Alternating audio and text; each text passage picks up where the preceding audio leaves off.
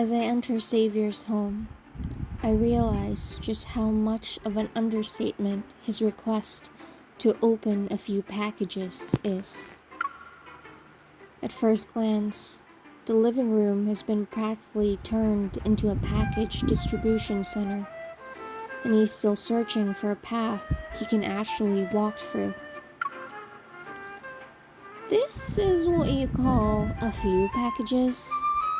Are you planning to sacrifice your home to serve as a delivery hub for our entire apartment complex? He finally clears a path and pulls me over to sit with him on the carpet. I'm not the one making this sacrifice.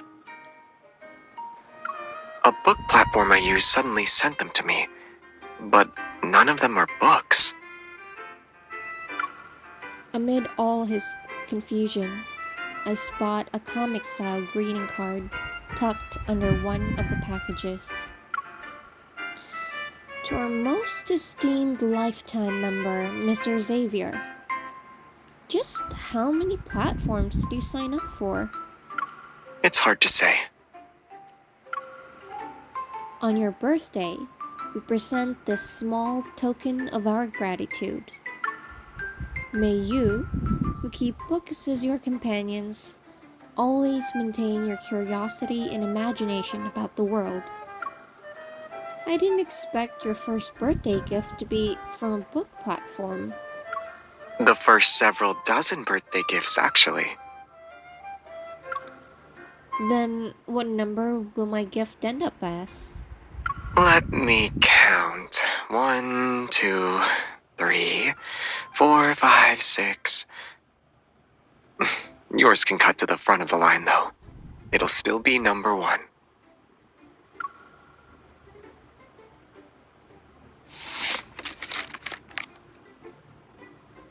I open a small box, and a familiar figure pops out. New Bun Bun merch again? Why is this Bun Bun smiling like this? It looks sinister. What do you mean? It's just a white bun bun. It's hard and stiff, and it doesn't look like a toy either. What is this even for? Upon getting a closer look, I note the holes of various sizes nestled between the rabbit's ears. Oh, it's a coin bank.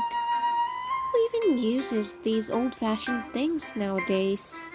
It doesn't look like it's for coins. He grabs a handful of nuts and seeds from the coffee table and drops them into the holes. Watermelon seeds, pumpkin seeds, sunflower seeds. This one's for pistachios.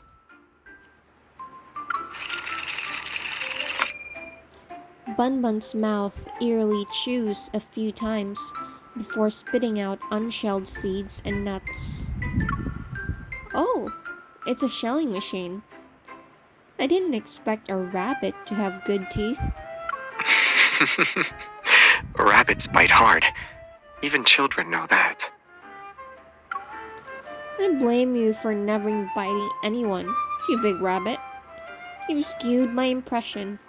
You haven't been bitten by me before? Afraid he might continue with bolder remarks, I immediately stuff a handful of nuts into his mouth. Eat your nuts.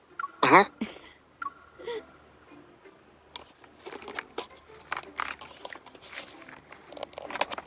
A woodpecker doorbell, robot dog coffee table, magical corn holders.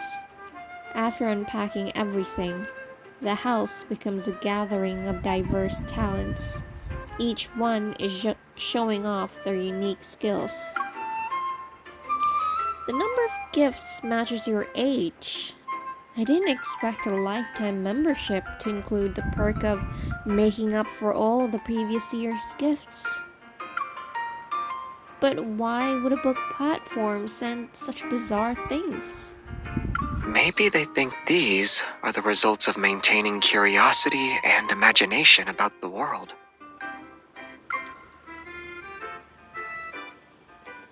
They're very thoughtful. The birthday gifts they send are creative. Yeah, but they could be even bolder. It figures out how every single one of the weird gadgets worked without exception. None of them is a challenge. Let me remind you that human imagination can't exceed one's own understanding. Even the boldest imagination would seem cowardly compared to you, Mr. Outlander. If you ask me, if someone wanted to create the boldest, most imaginative comic, they should just use you as source material. It's guaranteed to become an immortal legend in the comic world. Enter the Comic Book Hall of Fame, reach the pinnacle of success. It looks like you're already fantasizing about a wonderful life after changing careers. I rubbed Xavier's arm. Well, I have the advantage of being close to the source material. Oh, so you got close to me because you'd get material for your fortune. With a stony expression, Xavier deliberately shifts approximately 2 centimeters away from me. Who said that? To me? Those are just the little details that make up Xavier. What do you mean? My base elements are the same as yours. Carbon, hydrogen, oxygen. It's possible. Or maybe you aliens have a periodic table inside. I think your imagination has surpassed those comic book artists. It's only because you're a mysterious star. I have to squeeze out every drop of imagination to understand you a little better.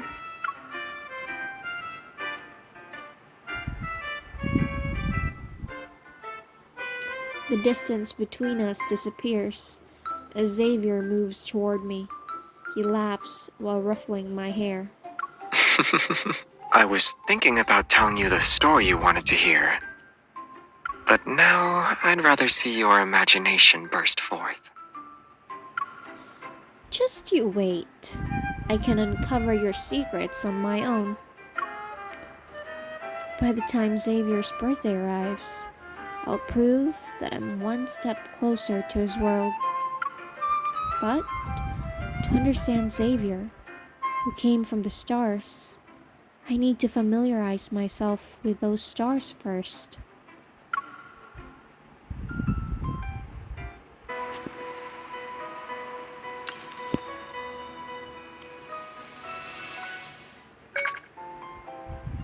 My phone shows my location and Xavier's, and I stop when our two avatars overlap. Pedestrian bookstore.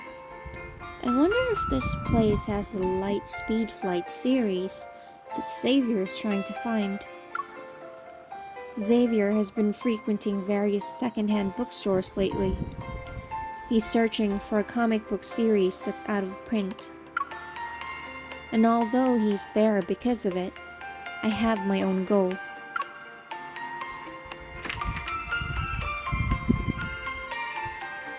Ever since I made that bold claim about uncovering his secrets from the stars, I've been searching extensively for related books. Cramming at the last minute won't get me through anything too complex though, so I have no choice but to shift my focus to comics. Celestial Bodies for Migration. It's published by the Minor Celestial Object Committee, so its scientific accuracy and imagination are solid.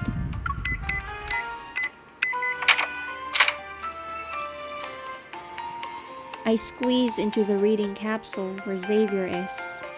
He lifts the book beside him to greet me. Obviously, the comic isn't the one he's looking for. I guess this place doesn't have it. There aren't many bookstores left. It's okay. Looking at other books without a particular goal is also enjoyable. What about you? What are you reading? Afraid I'll be found out. I opened the book and flashed it at him. What else would I be looking at? I picked out a random comic like you. Perfect. We should be able to finish what we're reading before dinner.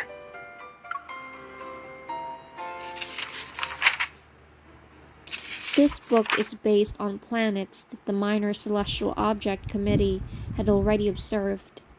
It features speculative explorations of extraterrestrial life.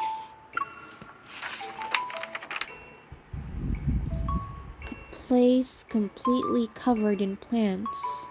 Only vegetarians are welcome. Xavier couldn't have only eaten plants before, right?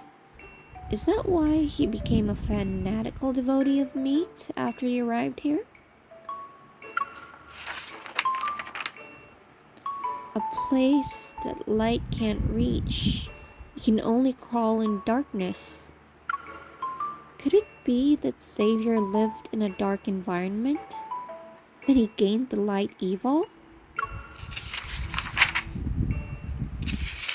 Unaware of how many imagined chapters of Xavier's life had played out in my mind, I reached the final page. I came up with so many theories, but none of them seemed plausible. Defeated by my wild imagination, I feel somewhat disheartened. Just as I'm about to close the book, I'm stunned by a name in the acknowledgments section of the back cover. Xavier?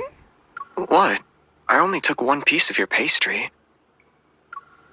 I wasn't calling you. Wait, it could actually be you, right? I push the book toward him and point at the name. Oh, that. It's me. Are you reading the series published by the Minor Celestial Object Committee? Why is your name in the acknowledgments section? I marked some asteroids when I was bored and provided the data to them. The one you're reading should reference the ones I sent. Xavier takes the book and starts looking through it. I squeeze in to sit next to him. How many have you marked in total? 5? 10? After I moved to Lincoln City, I saw 34. This would be a spectacular number for one person. It doesn't matter what era or country they're in. It says here that asteroid discoverers have naming rights. Theoretically, they do, but these names can't be changed once they're established. Even if you want to exercise naming rights, you still have to pass the naming committee's strict, ruthless review. I wrap my arms around Xavier, my eyes lighting up as I ask him a question. What names did you come up with? You remember them, right? Which ones did you suggest? All the names I came up with were rejected. That can't be right. You submitted 34 names. Not a single one was approved? I also suspect the review system is targeting me. Seeing my disappointment, he pauses as if he wants to offer a reasonable explanation. Maybe it's because, for humans who can only gaze up at the sky, every star's record should be something grand. People do need sonorous, romantic names to commemorate them. How casual and awful were the names you came up with? Even though I can't get a single name out of him, I did learn something unexpected. The Minor Celestial Object Committee's 100th anniversary is going to be held in Lincoln City? Xavier nods. I checked the date. It's right after Xavier's birthday. I can use this opportunity to give his birthday a perfect ending. You didn't attend the 99th or 98th anniversaries? Refusing too many times would be sort of inconsiderate. I wouldn't have told you about it if I wasn't planning on going. I knew you'd be interested. You're someone who enjoys reading celestial bodies for migration. We can go there and pick out which planet we should move to.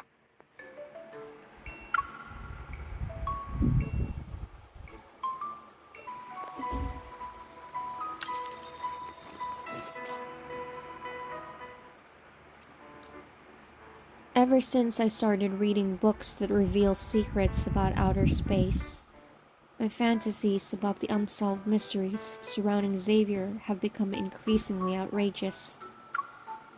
To keep myself in check, I have no choice but to seek a reference point. Jeremiah. What does Xavier like to do in his spare time? You two are partners and neighbors. Am I really the best person to answer this question? I'm not talking about now.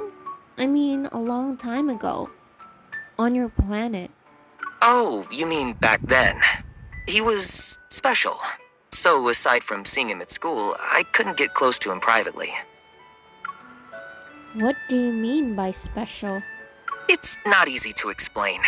Give me a second to come up with a story. Explanation. Jeremiah initially positions himself as if ready to give a detailed explanation, but when the words reach his lips, he hesitates. Where do I even begin? Maybe you should ask him yourself. Who? With a sense of foreboding, I turn around and run into a familiar chest. I wish it were just a figment of my imagination. When did Xavier get here? How much did he hear? I need to cover this up. But his expression doesn't seem to be one of suspicion, and his tone is as calm as always. We still have time before class starts, so I wanted to come here and bring you some flowers. I didn't expect you to have the same idea. Your association is too demanding. Why do you have classes on the weekend? It's a baking class at a bakery. I wanted to sign up so I could improve my cake making skills before Xavier's birthday this year. But I didn't expect Xavier to catch me while I was signing up. Without any hesitation, he asked me to enroll him too.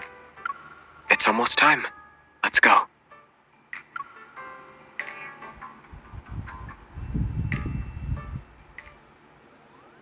As soon as our one-on-two lesson ends, we're left behind to complete our assignment. I'm trying to organize my thoughts when I notice Xavier is sulking. Xavier, are you trying to get into a fight with it? I thought I would learn something, but it turned out to be a basic baking class. It's far below my skill level. So I can relax while knowing my skilled partner will complete this assignment with me. The air grows unexpectedly still for a few seconds. Then I hear Xavier quietly sending out a distress signal. Save me. I'm stuck to it. Watching him with his hands hopelessly tangled with the dough, I can't help but laugh. The Xavier who can easily deal with the most powerful of wanderers can't handle some dough.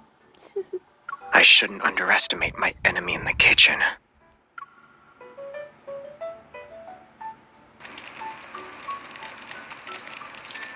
After the hectic process of getting the bread into the oven, the two of us crouch in front of it and stare blankly. Amid the heat and humming, my curiosity seems to rise along with the bread. Xavier, did you also have bread on the planet where you used to live? Why are you curious about the history of bread on another planet? I'm not curious about the bread. I'm curious about you. You want confirmation instead of imagining things on your own? No, but imagination needs samples to use as inspiration. I'm just asking about the simplest food. That's not cheating. Think of it as me broadening my horizons. Oh? In that case, you can try the most unique dish I remember. It's made with a vegetable that's bitter and sweet. I hurriedly pull out my phone to use the note-taking app. It's bitter and sweet? I could try endive. But I didn't know you were willing to eat vegetables. Pair it with meat that's savory and salty. Then use seasonings that are sour and spicy. The more I listen, the more something seems off. I toss my phone aside and shape a small piece of dough into a pill. I pretended to stuff it into Xavier's mouth. Xavier, I think you're sick. Fortunately, the bread is done baking at that moment. It promptly puts an end to our little war.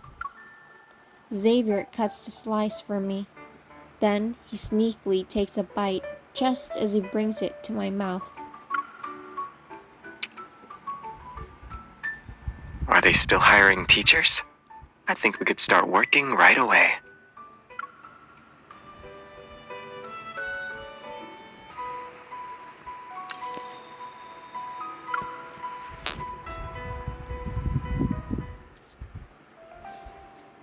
On his birthday, I use comics as bait to keep Xavier at my place while I go to his house to handle the final preparations. However, the special guest for my upcoming show, Puffball, unexpectedly flew away. The bird food on the balcony is untouched. Did Puffball have a change of heart? Even this can't tempt him anymore? Thinking he might be playing in some corner, I cup my hands and mimic a few bird calls. I try to coax him out. This trick works well. I summon Puffball and the birthday boy himself. Is the new friend I'm supposed to introduce to Puffball you? What new friend? Puffball came to your place looking for me. He got very excited when he heard sounds from his own kind, so I brought him over to meet them. So you kidnapped Puffball? Do I still need to introduce you? Perfect timing. Eating cake on the balcony while the sun sets would be romantic. I can work with this. I pull out the cake I hid under the table, and Xavier looks surprised. But it's obvious he's acting. Stop pretending, Xavier. You figured it out ages ago. It's only because I've been looking forward to it for a very long time. Galaxy Kid has landed on many planets, but it's most reluctant to leave the one you're holding. Happy birthday, Xavier. Let me tell you a secret. You're not the only one who's been looking forward to this for a very long time. I was too.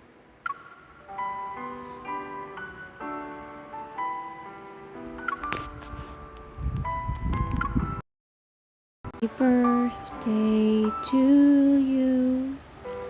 Happy birthday to you. Happy birthday, dear Starlight. Happy birthday to you. Happy birthday, my little star.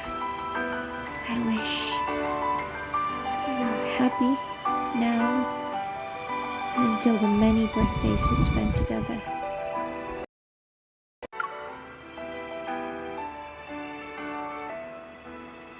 Even after hearing so many of the universe's sounds, I still think your voice is the most beautiful. Look, it's getting dark. It's time for you to make a wish. All the stars have appeared. The stars seem to always hear my wishes.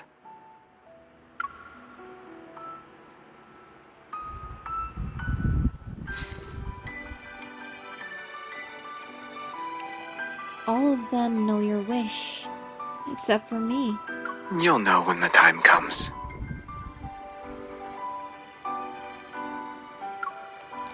As if suddenly remembering something, I reach into the cake box and pull out a card. Since we decided to make cake at the last minute, I forgot to have you look at this before blowing out the candles. You can't see it since it's dark. Let's wait until we turn the lights back on. It's as if a switch was pressed. The birthday balloons on the balcony suddenly transform into dazzling planets. It's bright now. You couldn't even wait a second. You are the brightest star in my night sky. Happy birthday. Xavier looks at the words on the card. His gaze moves from the top to the bottom to the top again. He keeps reading it. When I collect 100 of your cards, will I be able to redeem the ultimate prize? 1 card per year means it'd take 100 years to collect them all. You make it sound like you're collecting 10 stamps on a drink punch card. It's settled then. You need to prepare the ultimate prize in advance. I'll do my best to live another 100 years. But let's not think about that now. There's a prize right in front of us. I slide over a gift box bearing the Hunters Association logo. I signed for a package on your behalf when you weren't here. It looks like it was sent by the association. Confused, he opens the gift, and a scene that's worthy of being recorded in history unfolds. Happy birthday to you! Happy birthday to you! Happy birthday, Nemesis Xavier! On the music box, several familiar-looking wanderers spin and leap in different dance poses. Pumpkin Magus, Snoozer, Lemonette, Heartbreaker, Mr. Beanie. In the past year, Xavier the Hunter has slain enough wanderers to fill 10 Hunters Association headquarters. There's even a battle report. Your mission success rate is 100%. You've claimed the top spot on the Most Feared by Wanderers leaderboard. After hearing about his own illustrious achievements, Xavier's expression could barely be called calm. I'm curious. Does the association give all hunters this kind of birthday gift? Everyone pitched in to make it.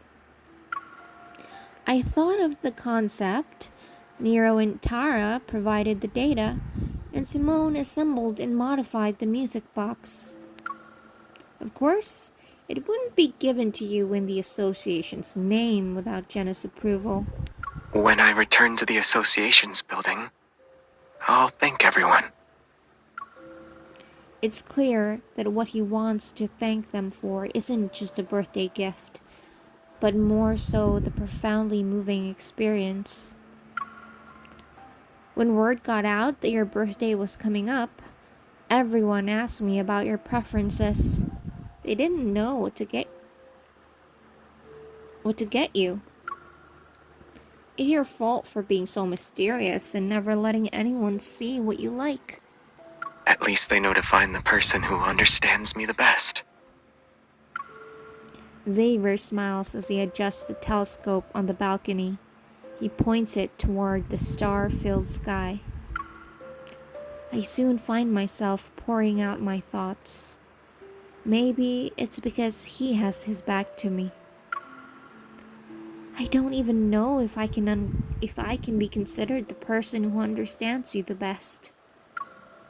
I thought that after being together for so long, I could slowly understand your world. But even when I use all of my imagination, I still can't fill in every blank.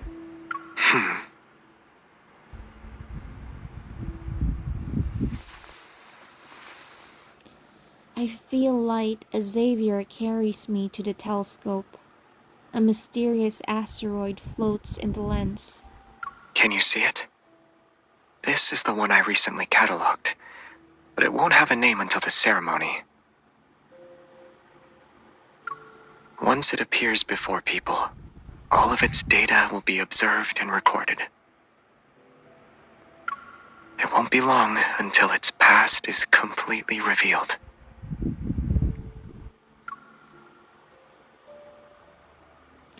After listening to him, I make the shape of a telescope with my hands and aim it at him.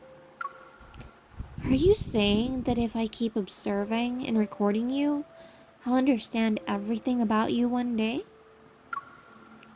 Through the lens formed by my hands, Xavier is seemingly illuminated by starlight. He becomes increasingly clear in my eyes. He guides my hands to rest on his waist. Before we kiss, I hear his voice.